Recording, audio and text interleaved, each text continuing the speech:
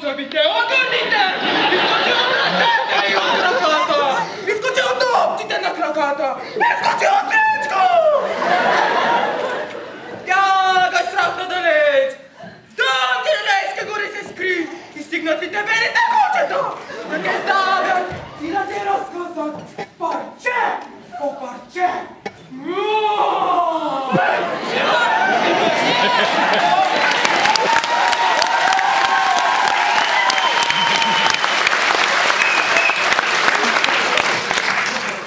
Жоро?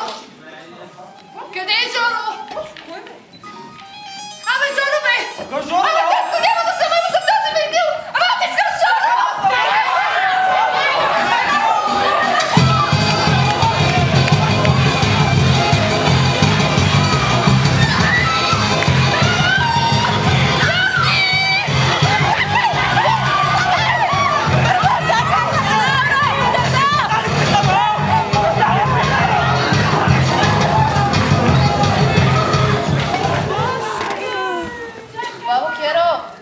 Гледаш на мене, а? 52 евро. Моля! Аз толкова пари нямам. Като нямаш, няма ти гледам. Дай тогава аз на теб да ти гледам, а? Ти прави са, кому За плащаш? 52 евро, а? Без пари, без пари. Пише, че си на 66 години. Как 66? Аз на толкова бях как Кока-кола беше алкохол. Ама тук пише, имаше ти 5 години по-стар от тебе.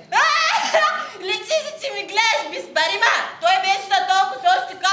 Питал си те бяха буржуазно движение. Че много помниш ти, бе. Помня, коли не ми минало през главата. От тесни панталони съм права широки и от широки съм права тесни. От бомбе съм права калпак и от калпак съм права бомбе. Че ти си цял факир. Да ти кажа, най-трудно ми беше с Пенчо Славейков. Какво с Пенчо Славейков? Има го поет, писател, кандидат за Нобелова награда и те нататък и после го няма. И как тъй? Казва ли ти някой, откриват го и го закриват като Народно министерство. И що? Закриват го топс. Добре, бабо Керой, взимай си пълната, много поздрави на Пенчо Славейков и със здраве. Айде, бабо, със здраве, със здраве, Шефо! Какво иска да прави? Какво? От вашите лева! Кой по-добрат, бе? Спинира хилята това, ама! Какво питаш? Абе, гледам, бе, не е от страна булката и не е от страна младоженеца. Аз се викам да не е някой от артистчетата тук нещо. Не, ни такива няма. Абе, човек, слушай, ма, гледам тук вълка отзад.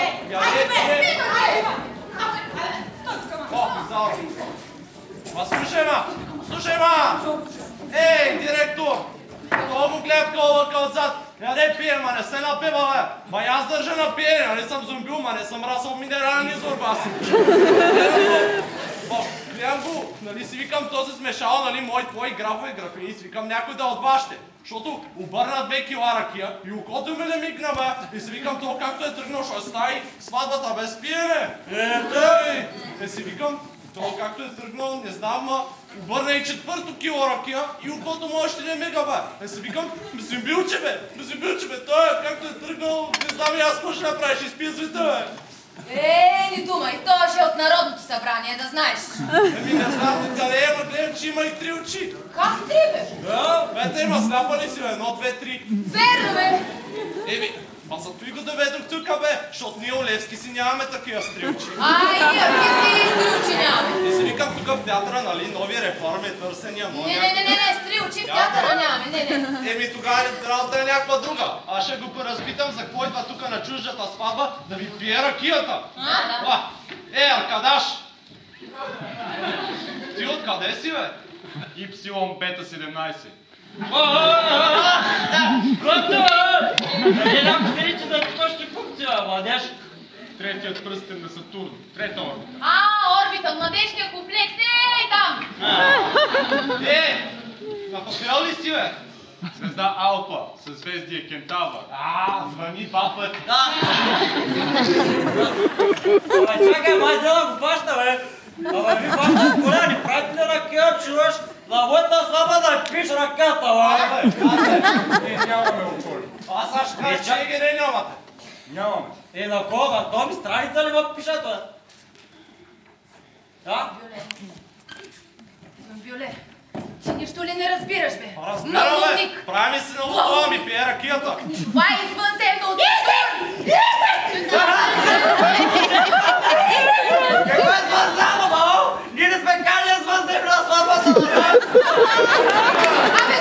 Вие сте толкова пияни, че нищо не разбирате. Това е извънземно, голяма работа! Дайте да установим контакт. Голяма работа, по-театър извънземно! Голяма работа, ма!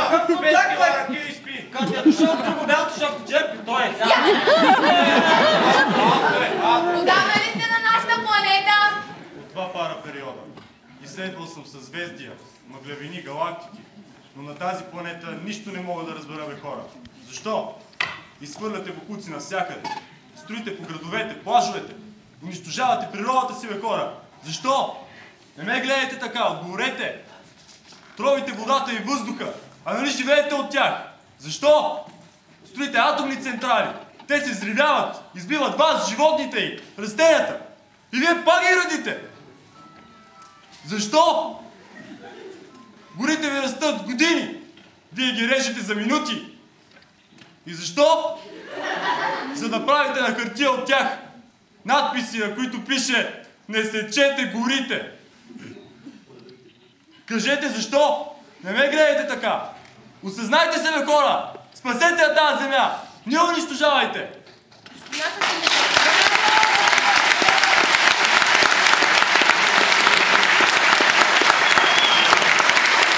Обени пътища, бурени, с посечени гори наоколо, прегоряла от отрови земя, пресъхнали реки, запустени стопански постройки, навсякъде прахоляки, съхнали дървета, не се вижда жив човек. По покривите на къщите започнаха да растат слънчогледи, а слънцето продължава да сипе жаравата си. Ако сме дали нещо на света, това е българският модел. Казано сложно, това е състояние на духа, определен начин на мислене, тип душевно. Казано просто, обратното на всичко. Колумб тръгва за Индия и открива Америка. Ние тръгваме за Америка и стигаме в Индия. Навсякъде по света в приказките на Андерсен кралят е гол. У нас се получи обратното. Кралят е облечен, а народът е гол. И гладен, и безработен. Навсякъде по света считат лудите за свестни, но болни хора. У нас свестните считат за луди още от времето на Ботев. Навсякъде по света дупките са предимно в сиренето, а у нас те са на ръководните места. Там от великото до смешното има само една крачка, а тук няма никаква разлика. Това е българският модел. Знаеш само, че най-високо е на Балканите. Или най-широко. Българският модел е когато мълчанието е злато, а преклонената главичка остра сабя не я сече. И по-добре яйце днес, отколкото кокошка утре. Защото кроткото агне по 2 майки случи. Или когато отвличаме останките на Чарли Чаплин золото.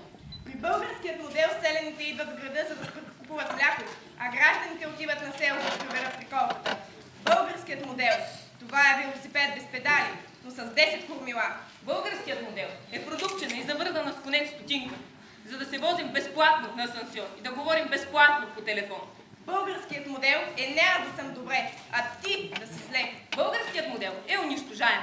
С него ще се свърши, когато всички отидем в Канада, както ще се свърши и със самата Канада.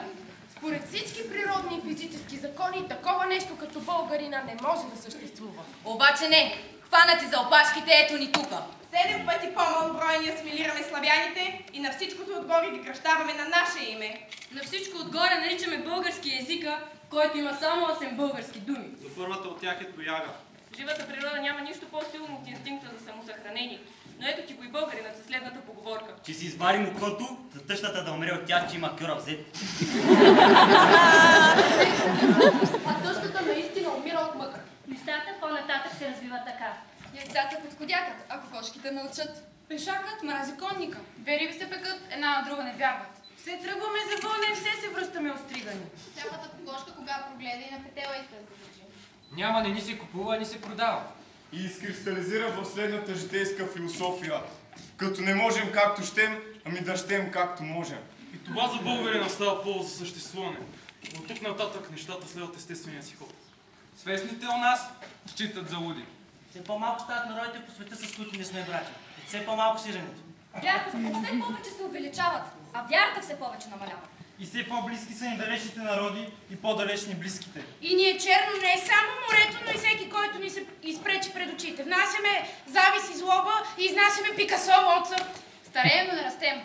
Вече толкова много ни правят на маймуни, че вярвам в теорията на Дарвин. Не разбирам защо опорстваме повече.